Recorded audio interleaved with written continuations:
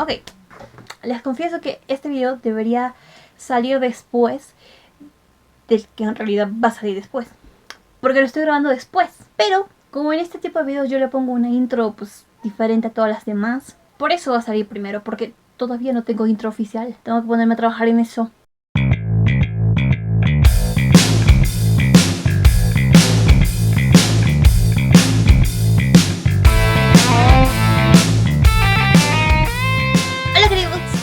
Espero que estén súper bien. Yo soy Kat y les doy la bienvenida una vez más a estos videos de esta sección que creo yo es mi favorita del canal. Aunque igual digo eso de todas las secciones, así que no me hagan mucho caso. Pero bueno, esta me gusta en particular porque yo soy muy ñoña y me gusta hacer este tipo de videos porque yo investigo, leo, etcétera, etcétera. Y luego pues les hago un resumen acerca de esto. Ya hemos hecho videos de los géneros literarios, acerca de la novela y uno que otro más que ahorita no me acuerdo. Así que he decidido hacer este tipo de videos de todos los subgéneros de las novelas. Y no podía ser de otra manera que empezar con mi favorito, que son las distopías. Es que a mí deme una muy buena distopía y yo me quedo ahí. De ahí soy yo. Esa es mi zona de confort. Aunque no sé qué clase de zona de confort sea, pero pues bueno. Así que sin más preámbulo ni dilación, vamos a empezar. Para entender el significado de lo que es una distopía, primero debemos entender lo que es la utopía. Tomás Moro en 1516 acuña este término en su obra homónima y dice que una utopía es una especie de sociedad perfecta, donde existan los mínimos índices de violencia, de pobreza o de criminalidad. Literalmente, si traducimos el término utopía al español del griego, pues tenemos un vocablo que significa sin lugar. Es decir, que esta sociedad perfecta no es posible. Sin embargo, a partir de esta obra se crea un arquetipo a seguir que muchos autores van a tratar de imitar. Pues eso, haciendo que se cree una sociedad casi perfecta. Entre estos tenemos a Tommaso Campanella y Francis Bacon. Entonces, si se acepta que una utopía es el arquetipo de una sociedad perfecta, bondadosa, donde no hay crimen, no hay pobreza, podemos aceptar que una distopía o cacotopía significa literalmente lugar malo. Es decir, una sociedad indeseada en sí misma, algo así como un infierno secular en proceso de consolidación. Se atribuye que el vocablo distopía puede remontarse originalmente a un trabajo hecho por Joan Stuart Mill, el cual lo enuncia en un discurso en 1868. Sin embargo, dentro del diccionario de la Real Academia de la Lengua Española, este término todavía estuvo relegado hasta mucho después. Sin embargo, después se lo pudo acuñar como término dentro del diccionario de la siguiente forma: representación imaginaria de una sociedad futura con características negativas, que son las causantes de alineación moral.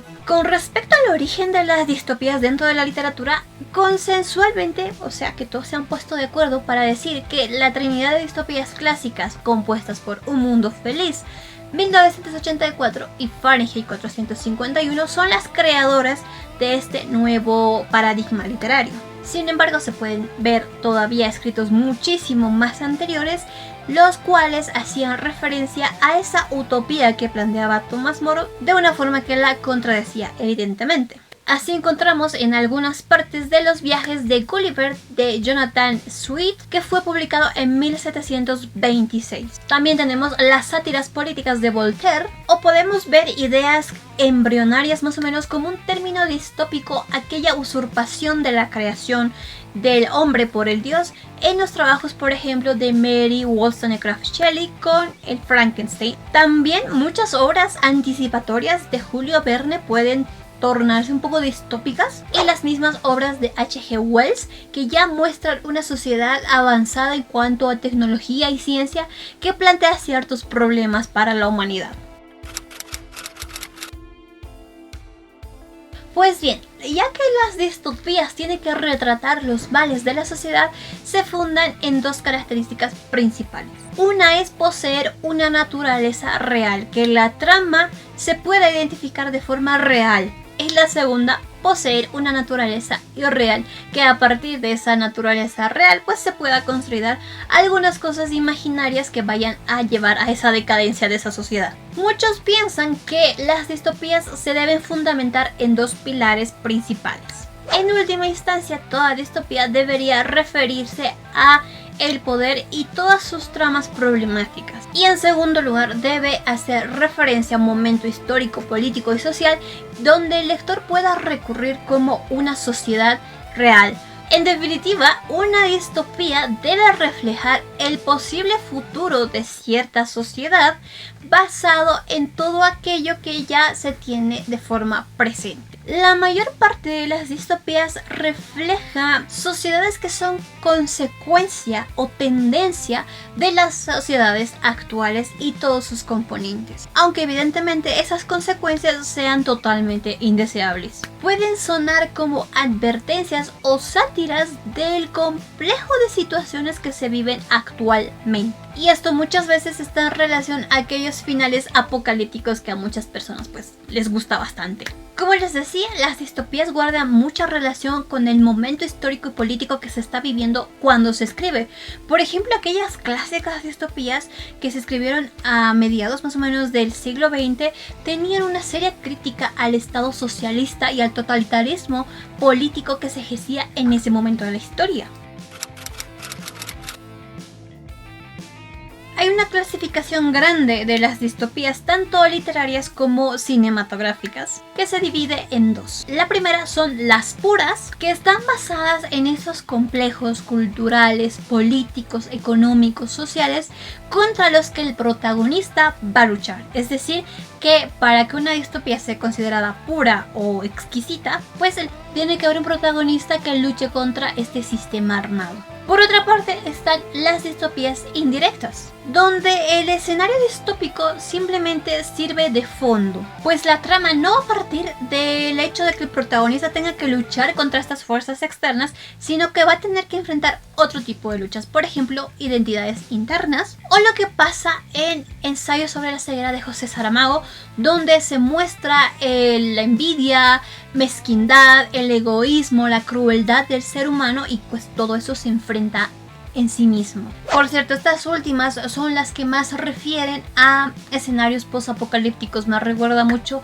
a La carretera de Cormac McCarthy, por ejemplo. Por otro lado, también se las puede clasificar dependiendo del tipo de dominación que se ejerce dentro de la misma distopía a la sociedad que se está presentando. De ahí que tenemos las sociedades polares, por ejemplo, donde existe una élite que tiene el control absoluto sobre los demás ciudadanos. Ejemplo claro, la trilogía de la ciudad solitaria de Amy Ewing. Tenemos por otro lado las sociedades religiosas, donde existe un ente superior beneplácito, benévolo, que es el que brinda el soporte y la seguridad al ciudadano común. Sin embargo, este ente puede ser inventado o dominado por otras personas o con otros fines. Y por último tenemos las sociedades aparentemente dominadas por la ciencia, donde se eliminan las incomodidades, donde lo que se quiere es tener el confort absoluto de los ciudadanos mediante algún tipo de estímulo o de situaciones que principalmente parten de un estudio científico. Por ejemplo, La larga marcha de Stephen King. Pausa dramática para decirte que si no estás suscrito al canal, te invito a que te suscribas. Cada vez que te suscribes, un gatito es rescatado en el mundo. Si no me crees, pues suscríbete y compruébalo. Y que también me puedes seguir por mi Instagram, que te lo voy a estar dejando por aquí, y mis demás redes sociales que están ahí linkeadas en la parte de la descripción del video. Pues bien, hay varios tipos de distopías dentro de los subgéneros como tal. La principal o la más difundida podría ser la política. Y ejemplo claro, evidentemente, es 1984 de George Orwell. En este tipo de distopía se satiriza o se manifiesta mucho la crítica contra el totalitarismo político y económico principalmente. Hay que que aclarar que esto no es una predicción, o sea que no te dicen generalmente que esto pueda suceder o vaya a suceder, sino que es una sátira de lo que está sucediendo actualmente. Esa parte real está muy presente, pero de forma satirizada. También algo muy importante en este tipo de distopías es el control social que se ejerce por parte del gobierno.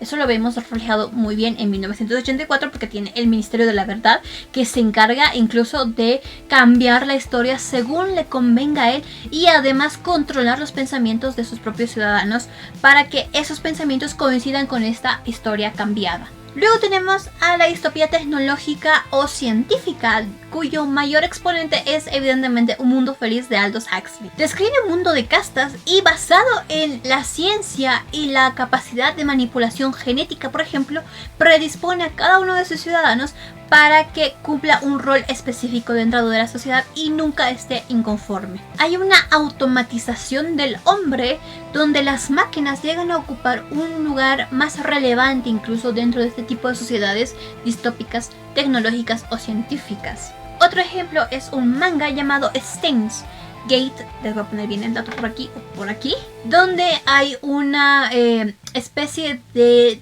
comunicación con el espacio, con extraterrestres, pero además con viajes en el tiempo, donde te vas dando cuenta que esta estación con la que hacen contacto los seres humanos, pues también domina este futuro con el cual también se hace un poco de contacto. Algo así como lo que pasa en Terminator más o menos, donde la Skynet es la que ocasiona todo, pues más o menos así, para que me entiendan bien, porque yo me explico como el orto. También existen las distopías satíricas o humorísticas, que como su nombre lo dice, pues su objetivo principal es de que te rías de este tipo de sociedad que se está planteando, aunque evidentemente hay bastante crítica por detrás también. Un ejemplo es el de Mercaderes en el Espacio y su continuación, que muestran lo absurdo de un mundo dominado por las corporaciones publicitarias y demás. Está muy bueno. Luego existen las distopías de género, que lo que realmente buscan es hacer esa crítica contra los roles de género o contra esas sociedades que mantienen estos roles de género. Evidentemente el ejemplo más claro es El cuento de la criada de Margaret Atwood. Pero también existen novelas como La lengua materna y La rosa de Judas. Luego existen las distopías ecológicas. Debo decir que de estas he leído muy pocas, pero sí que existen bastantes porque mezclan este tipo de catástrofes que se vienen a partir de la manipulación que el hombre ejerce dentro de la naturaleza. Es decir, que ha habido colapso ambiental o que se han desatado pandemias. Oh my god. Y que producen vampiros, zombies, etcétera, todo por la intervención del hombre dentro de la naturaleza. Otra que creo que es bastante explorada, sobre todo en el mundo cinematográfico, son las espaciales o las que implican que existe una civilización extraterrestre externa. Aunque pueden recordar mucho a las distopías tecnológicas o científicas, la particularidad es que debe existir una civilización con la que se va a enfrentar la civilización protagonista, por ejemplo. En este caso, los humanos por lo general tienden a ser los protagonistas, entonces se van a enfrentar a esta civilización, y lo que yo creo caracteriza mucho es que trae ese concepto melancólico porque critica mucho de que los humanos estamos actuando mal y esta civilización pues lo que quiere es transfigurar todo, cambiarlo. Te dice no mereces estar vivo y lamentablemente muchos concordamos con ese concepto. Nosotros de Yevgeny Zamyatin inaugura la novela distópica moderna propiamente dicha. En el Estado Único, tras la Guerra de los 200 años, el benefactor gobierna con mano dura. Una cúpula de cristal y un muro verde aíslan las ciudades, cuyos edificios son transparentes. El trabajo se organiza en un taylorismo tan extremo que unas tablas legales regulan el horario laboral y cuántas veces hay que mascar un bocado antes de deglutirlo. El colectivismo se erige en la razón misma del Estado. El Día de la Unanimidad sirve para refrendar públicamente la continuidad del benefactor. El sexo también está reglamentado. Por unos cupones semanales se puede acceder a un ejercicio ilusorio de privacidad. El desarrollo científico es otro de los bienes supremos impuestos a la masa anónima. Por eso, el protagonista, que ni siquiera tiene nombre, D-503, supervisa la construcción de la nave espacial integral y lleva un registro de sus anotaciones personales. Todo marcha bien hasta que D-503 conoce a I-330, una mujer resuelta que le hará dudar de sus antiguas convicciones. A D-503 entonces le brotará un alma, un yo que confrontar al nosotros de la muchedumbre. No es difícil imaginar lo que sigue. La intervención del S-4711, el comisario político, y una persecución a D-503 real y alimentada por su propia paranoia hasta la aparición de ellos, los Mephi, outsiders infaltables en cualquier distopía a partir de nosotros. Aquellos que simbolizan la alternativa liberadora de un sistema carcelario de vigilancia y opresión permanentes. En un mundo feliz, los riesgos de la ingeniería eugenésica aplican al diseño biológico de la personalidad. El texto de Huxley, por cierto, cuenta con un curioso antecedente argumental: la novela Eugenia, del cubano yucateco Eduardo Urzáiz, publicada en 1919.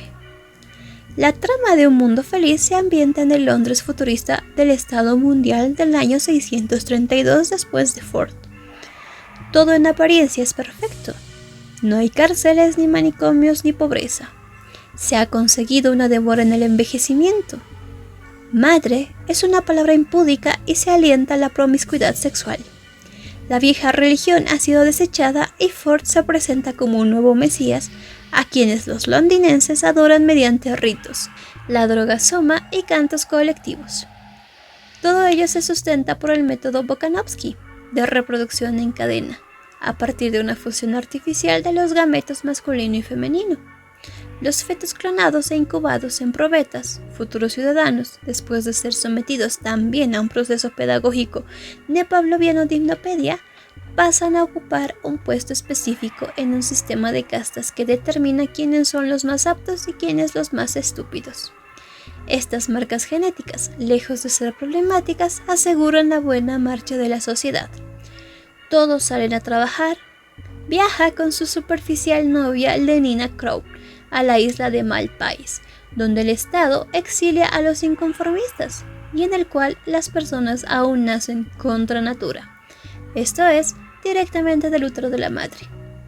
Marx descubre al salvaje, indígena de la reserva que se ha autoeducado leyendo a Shakespeare. Bernard lo lleva a la civilización. El salvaje sufre a tal punto que declara que prefiere ser desgraciado a su gusto a ser feliz al modo de todos. Samiatin advierte acerca de los abusos del sistema postrevolucionario soviético. Huxley se centra en los extremos nefastos del ciego consumismo capitalista. Orwell recela de unos y otros. Él mismo afirmaría que en 1984 no constituía un ataque al concepto del socialismo, sino a las perversiones de una economía centralizada perpetradas tanto por el consumismo como por el fascismo. Winston Smith, en nuestra historia, pervive como un ciudadano más de la Franja Aérea 1. Antes Inglaterra, parte de la superpotencia Oceanía. Trabaja en el Ministerio de la Verdad, reescribiendo la historia para adecuarla a los imperativos del Partido Único. Ese recurso a una inversión irónica perceptible ya en Rebelión en la Granja, publicada en 1945. Opera para el resto de las dependencias estatales. El Ministerio del Amor se ocupa de torturar a los disidentes. El de la Paz de fomentar la guerra. Winston acepta lo ineluctable. La Policía del Pensamiento, el INSOC, como nombre e ideología del partido, el neohabla que estrecha el cerco de lo que está prohibido sentir y decir, y el doble pensar, esa extraña habilidad que permite al cerebro procesar dos opiniones o creencias contradictorias y simultáneas, aceptando siempre la que convenga al partido y al correcto curso de la historia. Pero un día Winston se hace de un diario y pretende alejarse de las cámaras de la telepantalla y dar rienda suelta a sus verdaderos sentimientos. se enamora además de Julia, una maestra que finge someterse al régimen que detesta. Julia entrega a Winston un ejemplar de teoría y práctica del colectivismo oligárquico, obra del heresiarca Emanuel Goldstein. Pero ya se sabe que el Gran Hermano, término que en 1984 popularizaría para siempre hasta convertirse en un reality show a finales de los 90. Todo lo ve. Winston y Julia son torturados en el Ministerio del Amor, reeducados para que su patológico vínculo afectivo se reencauce a la veneración incondicional al líder. Por último, podemos decir que en el siglo XX aparecen otras distopías extraordinarias. Sin embargo, un texto imprescindible y quizá la distopía más lograda desde el punto de vista literario es Fahrenheit 451, donde nuestro protagonista, el bombero Montag, aturdido por la estolidez de las televisiones murales, se dedica a incendiar libros. Un día, descubre una hermandad que memoriza los materiales proscritos. Bradbury se sitúa psicológicamente desde la perspectiva de los Mephi y recupera un elemento recurrente de muchas distopías, un mundo arcádico donde los valores simples de la convivencia humana vuelven a imperar. Y pues nada, hasta aquí el video de hoy. Espero que les haya gustado, que haya sido un poco informativo y que les motive a leer distopías. Sé que hay personas que todavía le tienen miedo a las distopías, que no se animan a leer distopías o que no les interesa leer distopías. Pues espero que con este video se animen. Una vez más les recuerdo que se pueden suscribir al canal en el botoncito de acá, pero que en realidad está ahí abajo, y activar esa campana para que les avise cuando subo un video nuevo. Si no les avisa, pues yo les aviso en mis redes sociales que están linkeadas ahí en la descripción del video. Tengo Instagram, donde estoy siempre activa, tengo Twitter, tengo TikTok y tengo Goodreads, o también tengo cuenta en Alíbrate. Así que por alguno de estos lugares me pueden estar encontrando. Y pues nada, yo los espero en un próximo video, así que no me fallen porque los voy a estar esperando. ¡Adiós!